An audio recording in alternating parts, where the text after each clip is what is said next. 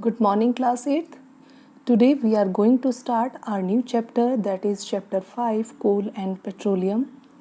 Dear students, as you all know that coal and petroleum both are resources, and resource you have already studied in social science.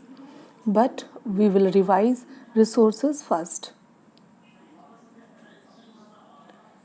Resource is anything that can be utilized to fulfill the requirement of humans like coal, petroleum, forest, sunlight, human, etc.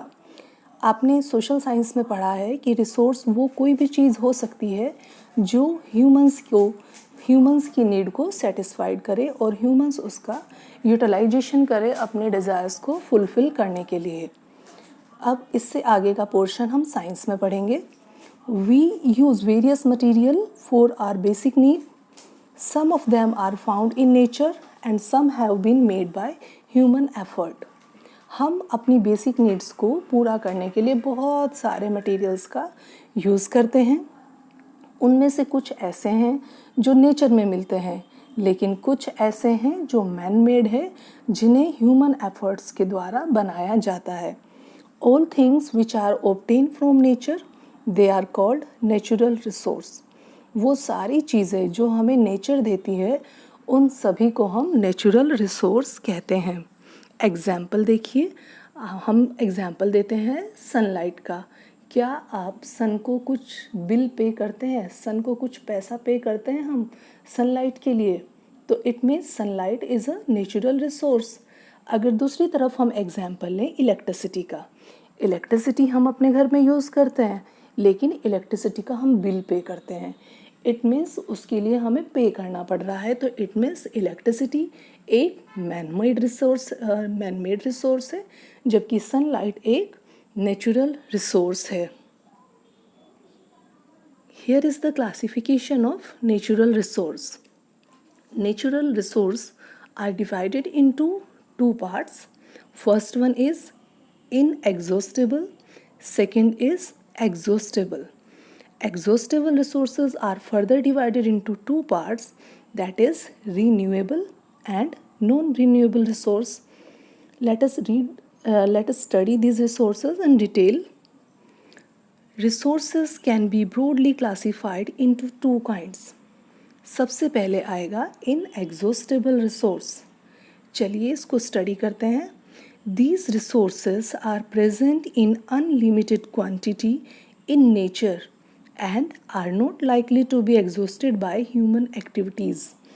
ये वो resources हैं जो nature ने हमें unlimited, जिसकी कोई भी limit ना हो, इतनी क्वांटिटी में दिए हैं और इनको ख़त्म नहीं किया जा सकता ह्यूमन एक्टिविटीज़ के द्वारा। इसमें सबसे पहले आएगा सनलाइट, दूसरा आएगा एयर।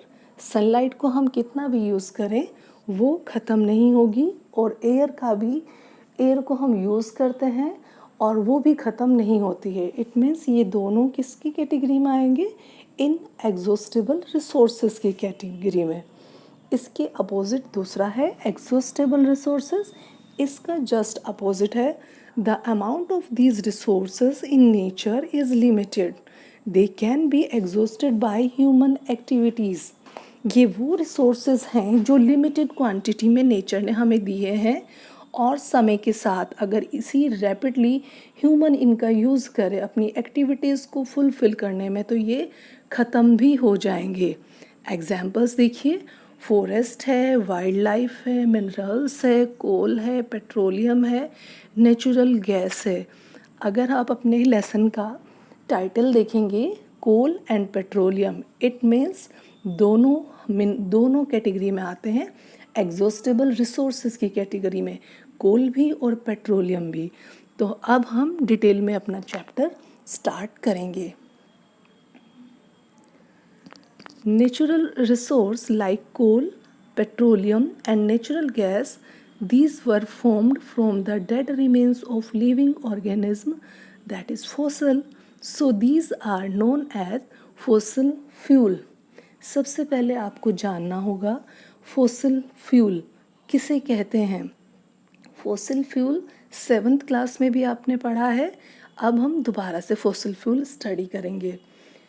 नेचुरल रिसोर्स जैसे कि कोल और पेट्रोलियम और नेचुरल गैस, ये अर्थ की सरफेस के अंदर नीचे काफ़ी गहराई तक जो डेड रिमेन्स होते हैं लिविंग ऑर्गेनिज्म के, जब वो वहाँ पर दब जाते हैं किसी भी वजह से, तो हाई प्रेशर और हाई टेम्परेचर की वजह से वो फॉसिल्स में कन्वर्ट हो जाते हैं और उन्हीं का यूज़ किया जाता है फॉसिल फ्यूल बनाने में. Dead remains of living organism are responsible for the fossil fuels. First one is coal. Coal means कोयला. आप सभी ने कोयला देखा होगा. It is as hard as stone and is black in colour. ये कोयला जो होता है ये स्टोन की तरह, एक पत्थर की तरह हार्ड होता है और कलर इसका होता है black. Coal is one of the fuel use to cook food. आज के ज़माने में तो कहना ठीक नहीं होगा, लेकिन कुछ साल पहले तक कोयले का यूज़ हम खाना बनाने के लिए भी करते थे. आपने सुना होगा कि पुराने समय में जो ट्रेन्स चलती थी वो भी कोयले के इंजन से ही चलती थी. कोयला as a fuel in engines में यूज़ होता था. Earlier it was used in railway engines to produce steam to run the engine. Engine में कोयला डाला जाता था जिससे ट्रेन जो है वो चलती थी. इलेक्ट्रिसिटी वाली ट्रेन्स पहले नहीं थी या पेट्रोल और डीजल वाले इंजन्स पहले नहीं थे, केवल कोयले पे ही डिपेंड थे. It is also used in thermal power plant to produce electricity. और इलेक्ट्रिसिटी प्रोड्यूस करने के लिए भी थर्मल प्लांट्स में कोयले का यूज़ किया जाता था as a fuel. Coal is also used as a fuel in various industries. बहुत सारी इंडस्ट्री ऐसी थी जिनमें कोयला यूज़ किया जाता था, लेकिन आज कोयले का यूज़ काफ़ी हद तक कम हो गया है. उसका सबसे बड़ा नुकसान कोयले का ज़्यादा क्वांटिटी में यूज़ करने का डिसएडवांटेज ये है कि ये एनवायरनमेंट के लिए बहुत हार्मफुल है. Here is the story of coal. NCERT book में एक छोटा सा टाइटल दिया गया है स्टोरी ऑफ कोल. वो आपके लिए यहाँ पे हम डिस्कस करेंगे. About 300 million years ago, the earth had dense forest in low-lying wetlands area. Due to natural process like flooding, these forests got buried under the soil. As more soil deposited over them, they can compressed, the temperature also rose. As they sank deeper and deeper under high pressure and high temperature, dead plants got slowly converted into coal.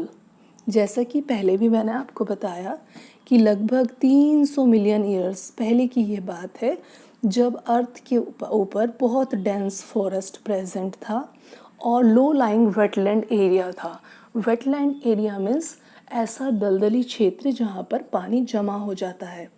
तो वहाँ पर nature बहुत dense थी, लेकिन कभी बाढ़ आने से या किसी नेचुरल क्लैमिटी के आने से जो फॉरेस्ट थे दे गोट बरिड अंडर द सोयल.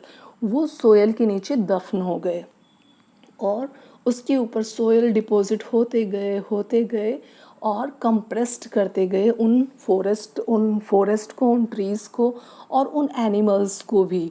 तो हाई टेम्परेचर और हाई प्रेशर की वजह से नीचे अर्थ की सरफेस के नीचे जो प्लांट्स के डेड प्लांट्स थे वो धीरे धीरे कन्वर्ट होके कोल में कन्वर्ट हो गए. ये थी कोल की story. This is all for today. Thank you.